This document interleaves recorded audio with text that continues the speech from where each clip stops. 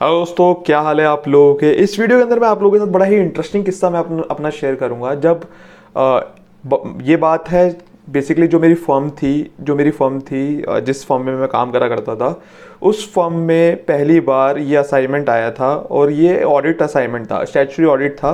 तो जैसे आपको पता है लिस्टेड कंपनीज के एलआर रिव्यू होते हैं, तो सबसे पहला उसका लिमिटेड रिव्यू था। और बेसिकली मैं था और मेरी टीम थी साथ में गई हुई थी। होता क्या है कि जाते हैं, हम मिलते हैं, पहले बात बात करते हैं क्लाइंट के साथ बात बात करके सारी चीज़ें मतलब चीज़ें समझते हैं, क्लाइंट के साथ सारी चीज़ें हो जाती हैं। और पहला एलआर होता है, लिमिटेड रिव्यू होता है। लिमिटेड रिव्यू के अंदर बेसिकली आप ऑडिट नहीं करते हो। जिसको नहीं पता लिमिटेड रिव्यू के बारे में, एक वीडियो मैंने ऑलरेडी बना रखी है फुल फ्लेजेड लिमिटेड रिव्यू के ऊपर, वो जाके आप देख सकते हो। डिस्क्रिप्शन में देखूंगा, मैं लिंक भी दे दूंगा, आप वहाँ जाके देख लीजिएगा। होता क्या है, लिमिटेड रिव्यू के अंदर बेसिकली आप ऑडिट नहीं करते हो, जस्ट आप एक ओवरव्यू लेते हो, ऊपर ऊपर से चीज़ें समझते हो, एनालाइज करते हो चीज़ों को, ठीक है, इन्फॉर्मेशन को, और रिकैलकुलेशन करते हो, ये सारी चीज़ें करते हो। बट कहीं पर भी आप ऑडिट एविडेंस ऑब्टेन नहीं करते, ठीक है। बट हाँ, कहीं आपको लगता है कि आपको डिटेल में जाना है, then you can obtain. But LR के अंदर सिर्फ लिमिटेड, आप यहाँ पे नाम से बदल रहा है, लिमिट में रह के आप रिव्यू करते हो, ठीक है। तो बेसिकली हुआ क्या कि पहला एलआर था उस क्लाइंट का। तो मैं क्लाइंट पे पहुंचता हूँ, सारी चीज़ें समझते हैं, 1-2 दिन हो जाते हैं। क्लाइंट से मेरी ऐसी बातचीत हो रही होती है। क्लाइंट बोलता है कि मतलब पहला एलआर था तो, और लिस्टेड कंपनी थी, और उस कंपनी के अंदर मैं जब डिस्कस करता हूँ, देखता हूँ, तो उस कंपनी की ग्रोथ थी, CAGR था, ठीक है, CAGR 45%, मतलब ये समझो आप 45% से उसकी हर साल की ग्रोथ थी, ठीक है, उस कंपनी के प्रॉफिट की। तो मैं क्लाइंट से मिलता हूँ, पूछता हूँ कि कैसे हो रही है, ग्रोथ क्या है, मतलब डिस्कस करते हैं काफ़ी चीज़ें। तो क्लाइंट मेरे से बोलता है कि यार ये ऑडिट तो ना ऐसे ही होते हैं, ठीक है, कुछ नहीं होगा इसका, वही हमारी ग्रोथ रहेगी, वही हमारा प्रॉफिट रहेगा, है ना। तो अभी हमारा फ्यूचर में भी यही पर्सपेक्टिव है, ठीक है, तो तुम लोग कुछ नहीं कर पाओगे, ठीक है, तो क्यों इतना फालतू में हमारा टाइम वेस्ट कर रहे हो। मतलब क्लाइंट जो था थोड़ा सा वैसे ही था, मतलब देसी टाइप का। तो बोलता है कि क्यों फालतू में टाइम वेस्ट कर रहे हो हमारा, तो जाकर तुम एक काम करो कि तुम क्यों फालतू में टाइम वेस्ट कर रहे हो, तुम यार एक काम करो, फालतू में इतना टाइम वेस्ट मत करो, हमारा यही रहने वाला है प्रॉफिट जो हमने दिया है, इसके अंदर कुछ चेंज नहीं होगा, और प्रॉफिट भी, हमारी ग्रोथ भी इस हिसाब से होती रहेगी। तो फिर एक मन में एक वो जो मीम होती है ना, अब तो इसका गेम बजाना पड़ेगा, वो एक मीम मेरे मन में चली, ठीक है, अब तो इसका गेम बजाना पड़ेगा। इस मतलब एक होता है ना यार, बेइज्जती कैसे कर दी इसने, ठीक है, प्रोफेशन की। तो उस एलआर के अंदर, लिमिटेड रिव्यू के अंदर, मैं आप लोगों को बताता हूँ उसकी ढंग से, मतलब उसके जो फाइनेंशियल थे, जो प्रॉफिट जो दिखा रहे थे, ठीक है, हर साल 45% का ग्रोथ दिखा रहे थे, हर लिमिटेड रिव्यू के अंदर अच्छा खासा प्रॉफिट जा रहा था। उस लिमिटेड रिव्यू के अंदर एक समय पर मैं उस कंपनी को लॉस में लेकर आ गया था ठीक है। हुआ क्या, मैं आप लोगों को बताता हूँ, समझाता हूँ कि क्या हुआ, इंसिडेंट कैसे हुआ। हुआ क्या कि मतलब कि कैसे कैसे क्या क्या चीज़ें हुई, वो मैं आप लोगों को समझाता हूँ। सबसे पहले तो जब उसकी हम लोग इन्वेंट्री देख रहे थे, तो इन्वेंट्री में पता चला हमें कि काफ़ी सारे खर्चे ऐसे लोड कर रखे हैं जो कि लोड होने ही नहीं चाहिए, ठीक है। एचआर की सैलरी लोड करी हुई थी उसके अंदर, एचआर जो होते हैं, एचआर की सैलरी लोड करी हुई थी, ठीक है। कुछ ऐसे खर्चे थे जो जैसे वेयर हाउस के खर्चे हो गए, वो लोड करे हुए थे इन्वेंट्री के ऊपर, ठीक है।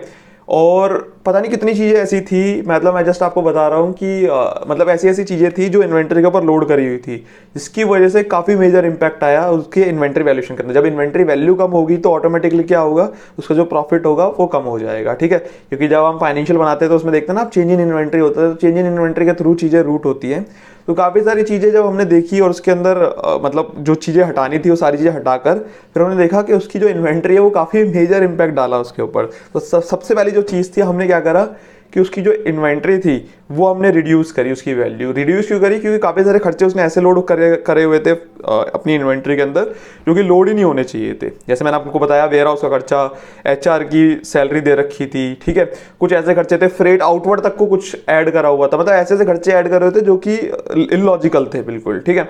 हमने वो सारे खर्चे हटवाए, जो भी ऐसे खर्चे थे जो बेसिकली जब आप मैं आपको बता भी देता हूँ कि कौन कौन से खर्चे लोड होते हैं। अगर आप परचेज करके ला रहे हो तो जो भी परचेज करके लाने तक आपके जो भी खर्चे होते हैं फैक्ट्री तक, वो सारे आप लोड करते हो। उसके बाद जो भी आपके प्रोसेसिंग और कन्वर्जन के अंदर, जैसे मान लीजिए आप कोई भी रॉ मटेरियल लेकर आए, रॉ मटेरियल से जो भी आपने फिनिश गुड्स में कन्वर्ट करा, तो जो भी उससे रिलेटेड जो भी खर्चे होते हैं वो भी आप लोड करते हो इन्वेंट्री के ऊपर। बट उन्होंने हवा में जो मर्जी सारे खर्चे लोड कर रहे थे, इस तरीके से आप समझिए सारे खर्चे लोड कर रहे थे। तो सबसे पहले तो हमने वहाँ पर उसको, उसका जस्टिफिकेशन भी दे रहा, वो ऐसा नहीं जस्टिफिकेशन नहीं दे रहा, उसका जस्टिफिकेशन भी दे रहा कि सर अगर मैं ऐसे नहीं करूँगा तो मेरी इन्वेंट्री के ऊपर ऐसे इम्पैक्ट आ जाएगा, ये आ जाएगा, वो आ जाएगा।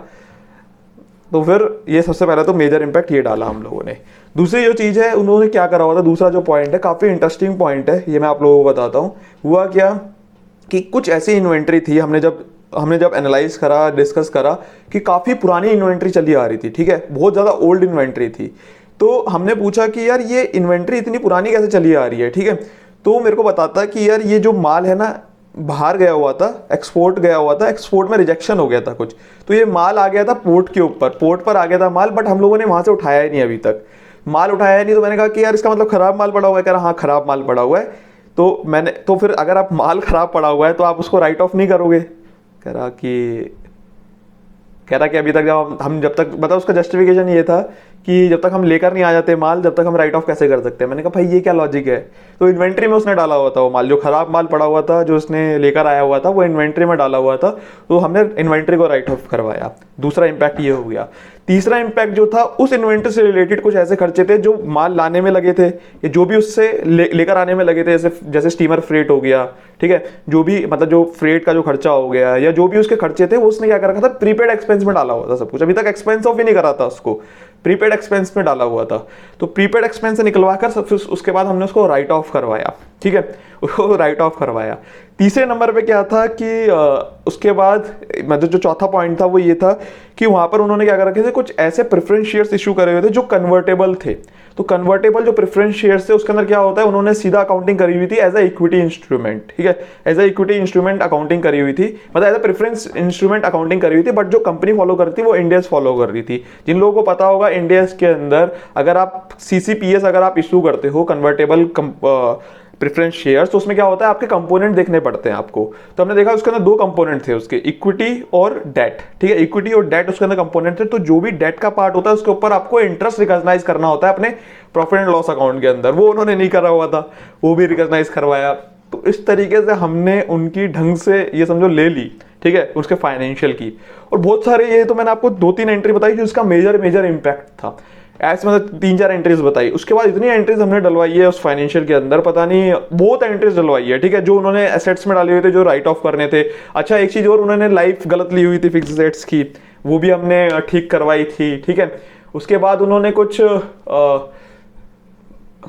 लाइफ गलत ली हुई थी, उसके बाद मतलब ऐसे छोटे छोटे मतलब और छोटे छोटे भी खर्चे थे जो हमने, बहुत सारी चीजें थी जो हमने चीज ठीक करवाई थी। तो उनके ढंग से हम लोगों ने रेल बना दी थी। और मुझे याद है आज तक कि वो कंपनी जो बोल रहा था प्रॉफिट लाती है, हमारी ग्रोथ है 45% की, उस क्वार्टर के अंदर हम उसको लॉस में लेकर आ गए थे। बट उसके बाद जब मतलब ये तो मैंने खुद से निकाल दी थी सारी चीज़ें, बट जब एक लेवल पे जब डिस्कशन हुआ तो पता चला कि वो उन्होंने बोला कि ये इन्वेंट्री पे लोड होना चाहिए। फिर हमारा भी डिस्कशन हुआ तो हम कहीं ना कहीं सेटिस्फाई हुए चीज़ों के ऊपर। तो वहाँ पर फिर उनका मार्जिनली प्रॉफिट आया था, उस क्वार्टर के अंदर मार्जिनली प्रॉफिट आया था, बट हमने सब्सटैंशियली उस प्रॉफिट को रिड्यूस कर दिया था और लॉस में लेकर आ गए थे उस कंपनी को। तो इतना बड़ा इम्पैक्ट हमने डाला था। तो मतलब बस वही है। और मैं आपको बताऊं मतलब कि आप लोगों को लगता है ना कि उस दिन की रात में बताता हूँ जिस दिन लॉस में आ गई थी कंपनी, हमारे साथ फाइनेंस मैनेजर बैठा हुआ था, वही वाला फाइनेंस मैनेजर जो मेरे को बोला था कि तुम कुछ नहीं कर सकते, ठीक है, वही फाइनेंस मैनेजर मेरे साथ बैठा हुआ था। उस फाइनेंस मैनेजर की जैसे पता चला कंपनी लॉस में आ गई, उठ के चला गया बाहर, फटाक से उठ के गया, सीएफओ को फोन मिलाया और उसने बताई सारी सिचुएशन कि सर कंपनी आ गई लॉस में ठीक है, क्योंकि जब चीज़ें राइट ऑफ नहीं करी हुई, जितनी भी अकाउंटिंग स्टैंडर्ड की जो ट्रीटमेंट है, उसके बाद कंपनी आ गई थी लॉस में। और उसकी जो सीएफओ है, सीएफओ की और जो फिर उसके बाद जो पार्टनर थे हमारे, उनके साथ डिस्कशन चली। मतलब इतने टेंशन में आ गया था वो सीएफओ, मतलब मैं भी पता नहीं पूरी रात सोया या नहीं सोया, बट मतलब ये सिचुएशन हो गई थी। उसके बाद अगर मैं बात करूं कि उसके बाद जो उनके डायरेक्टर भी इतने टेंशन में आ गए थे कि यार कि ये क्या हो गया, ठीक है, कंपनी लॉस में आ गई। तो मतलब इस तरीके की मतलब समझ रहे हो, एज एन ऑडिटर ऐसा नहीं है कि सिर्फ आपका जो काम है जाके चेक करना, हवाबाजी करना, बस इतना काम नहीं है आपका, ठीक है। आपको एज एन ऑडिटर आपको ये सारी चीज़ें अगर आप करोगे तो आपको इज्जत मिलेगी, ठीक है। उस दिन का दिन है और आज का दिन है, वो जब भी उससे मेरी बात होती है, काफ़ी अच्छे दोस्त बन गए अब तो हम, काफ़ी मतलब कभी भी बात होती है तो मतलब एक इज्जत की उससे मेरे से बात करता है वो। सबसे पहली बात तो जो भी फाइनेंस मैनेजर है उसको पता है कि बंदा नॉलेजेबल है, तो और कभी भी मेरे से बात करता है, मतलब इवन आज भी मेरे से वो कॉल करके डिस्कस करता है, उसके कोई डाउट्स होते हैं तो और आपको मैं बता दूं वो भी चार्टर्ड अकाउंटेंट है, और वो तो 2010-11 का पास आउट चार्टर्ड अकाउंटेंट है और मैं 2017 का पास आउट चार्टर्ड अकाउंटेंट हूँ। तो वो अभी भी मेरे से डाउट पूछता है कि कोई भी उसके डाउट जो भी डाउट्स होते हैं वो आज भी मेरे को कॉल करता है कि यार इसमें कैसे होगा, इसके अंदर इंडियस की क्या अकाउंटिंग होगी, कैसे क्या होगा। तो अभी भी मेरी कभी कभार उससे बात होती है कुछ उसके जो डाउट्स होते हैं उसको लेकर।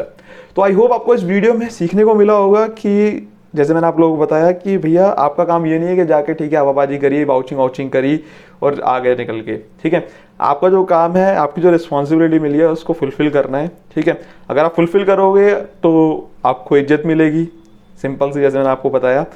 तो वही चीज़ है यार। बाकी आई होप आपको इस वीडियो में मज़ा आया होगा। अगर यार वीडियो पसंद आ रही है तो भाई शेयर कर लो यार दोस्तों के साथ, ठीक है। इतनी मेहनत के साथ बना रहा हूँ मैं वीडियो, ठीक है, अपना टाइम निकाल रहा हूँ मैं आप लोगों के लिए वीडियो बना रहा हूँ, तो शेयर भी करो दूसरों के साथ। तो मिलते हैं यार नेक्स्ट वीडियो में। Thank you so much.